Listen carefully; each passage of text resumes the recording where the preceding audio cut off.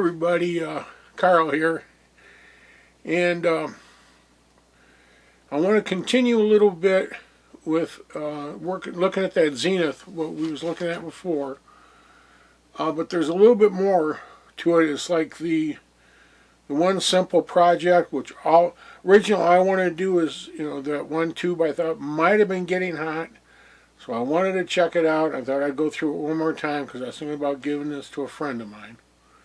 And I want to make sure everything's right before I do that. So, but anyway, so I got in there, and well, I better check these tubes. And I got my my more modern. It's actually, I think it was used a lot by students, but it's an EMC, and I got the model 215. There was a 213 and a 215. The only difference between them is that this one, they were right in where they were just starting to test transistors too. This one has that ability. You can put transistors in and test them too, so that's pretty cool. Now, and like I said, this is I think they sold them to a lot of schools for students.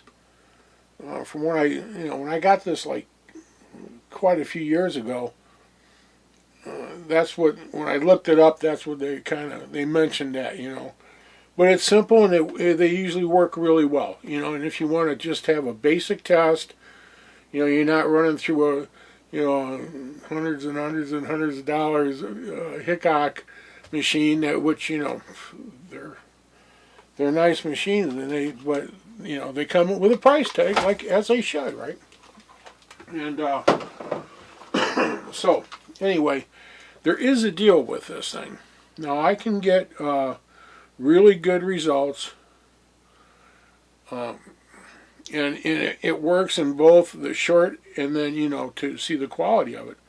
The only bad thing about it is one of the switches that you have to throw in different positions, you have to keep it like it's number 12, and you have to keep number 12 in the up position all the time. And nowhere does it call for that to do that. Now, in some of the tubes, you have to like throw 10 up and hold it up there all the time. It's real rare to do, but some of the tubes have to do that. I haven't found any reason why the 12. I went over the schematic, which I want to show you. We'll go over that. But I've got the schematic not only for the Zenith, but I've also got it for the both versions of the EMC, the 13 and the 15, and I'll go over that too. But I thought first, well, at least just for this video, for this particular episode number, we're going to do with it, why don't we just look at a couple of tubes out of the Zenith, and we'll get a start there and see, well, are some of these going to be good or some not? Okay, let's get started. Okay, 35Y4. This is one I thought was getting pretty hot. And in a lot of the comments, some of the guys mentioned that, yeah, it's a hot running tube. You expect it's going to be warm. And I kind of knew that. It's like, where's that, borderline at? Is it like, yeah, it's running hot, oh, now it's too hot, So I just wanted to run a couple more tests, and I thought that's what we're going to do here. And I got my machine here. I'm going to have to try to, stay out of the camera as much as possible. I'm looking it up right now. I've got, my the manual for this, and all the tubes are listed in here. Let me go back down. Okay, so we got a 35W4, and it looks like we have 2 tests for that. So let me plug this in.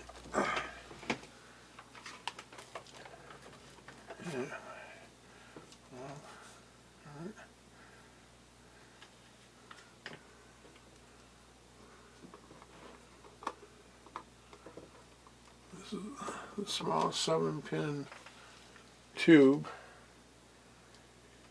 Now our numbers are 35W.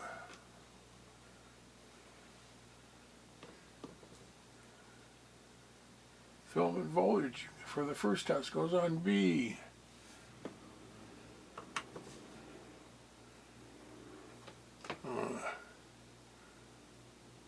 Filament select goes on 3. It goes on 3 for both. This says short test only will glow at 4 and 6. We don't lift up 3. Now here's the deal.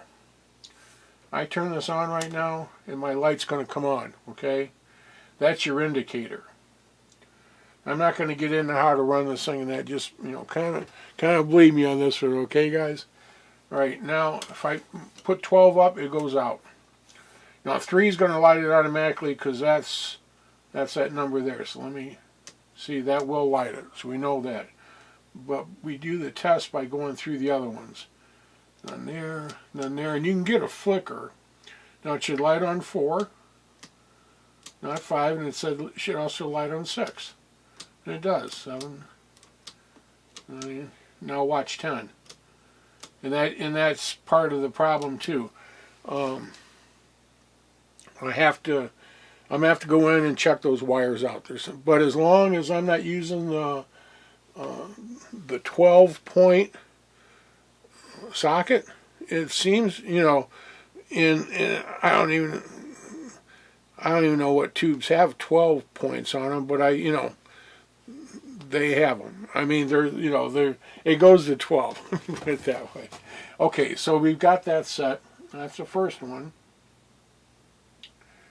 And on that one, we didn't even set the shunt. On this one, we set the shunt to 22. I'm going to turn it off a second. I'm going to pop it up to quality. And now it wants us to put our filament volts all the way over to F. Okay, all the way over to F. 5 should be up. And once again, this is at 22. So let's see what happens if we turn it on.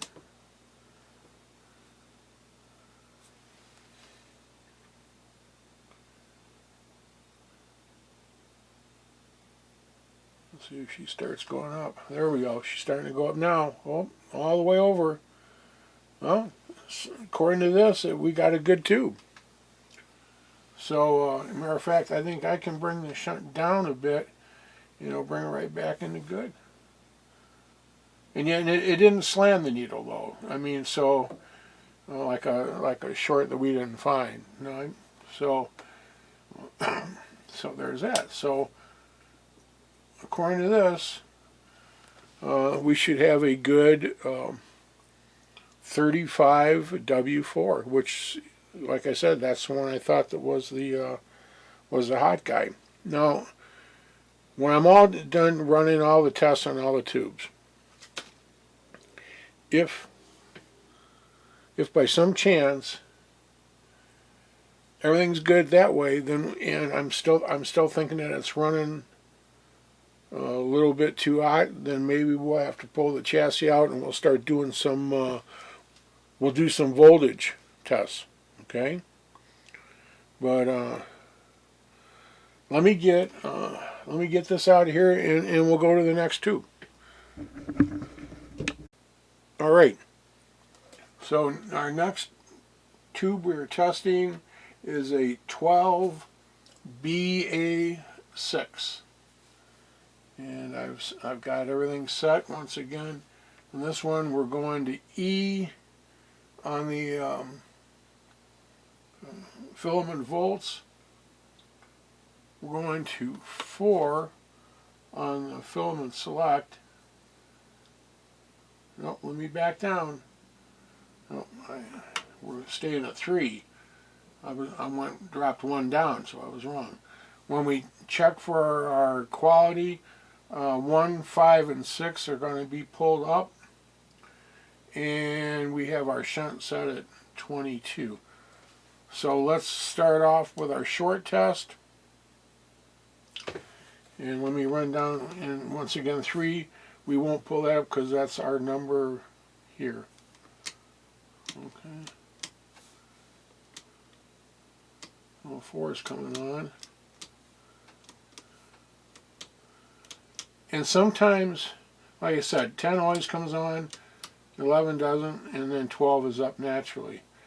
What I'm thinking, now sometimes if one of the numbers comes up and it's just one of them that does that, then and that just shows continuity. So we're cool there.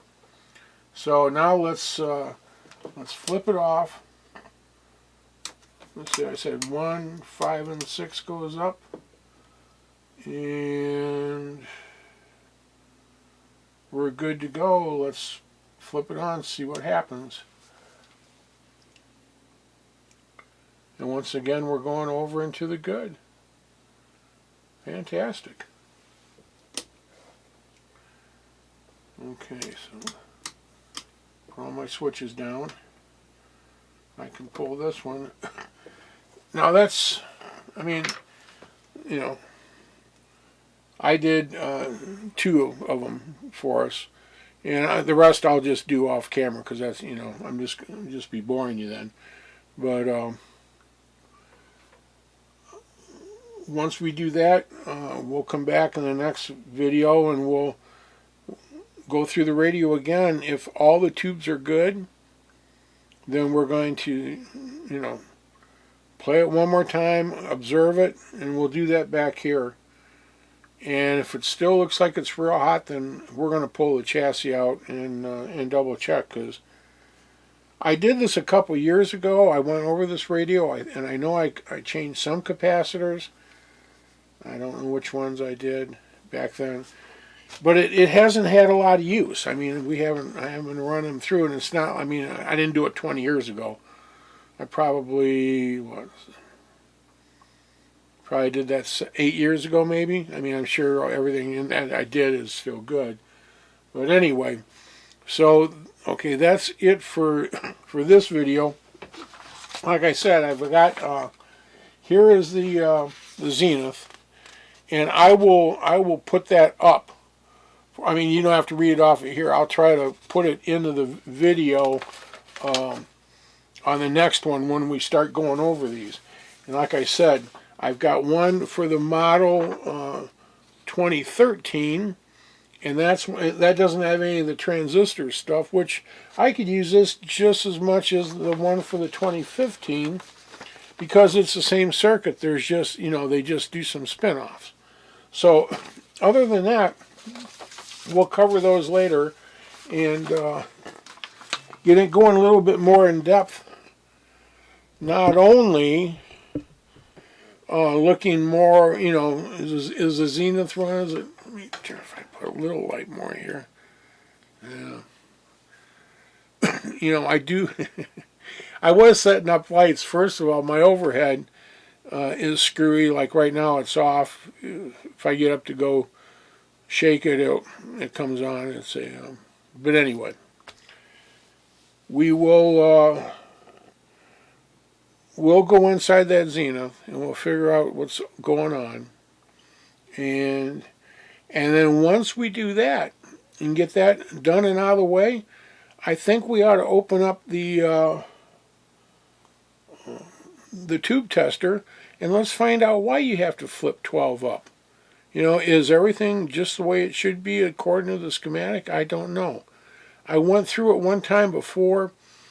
It's so simple back there. It's just wired everywhere. You know, that's the worst part of it. But we'll take a look at that. So, you know, out of this one little thing let's do, it's like 2 of them have already popped up. And that's kind of the way projects go. I mean, you can, you know, it can like tumble forever, you know, the ever-growing snowball, you know. I don't want to say snow yet. Oh, no, don't say snow yet. Okay. Hey, everybody, have a fantastic day. Thank you once again so much for being here and watching. For all my subscribers, thank you, thank you, thank you. And, you know, and if you're watching this and you haven't subscribed and you think, hey, you know, this might be fun. I might learn something, you know, maybe it will make us smile. You know, hit the subscribe button. And I sure love to have you join. Be part of our group. You know, it's a lot of fun. So with that, I'm going to say I'll see you next time. I'll be working on the video, and we'll get into Zenith. I guess it'd be part 3 now, huh? Yeah, well, whatever. We'll figure it out. Bye now, everybody. Take care.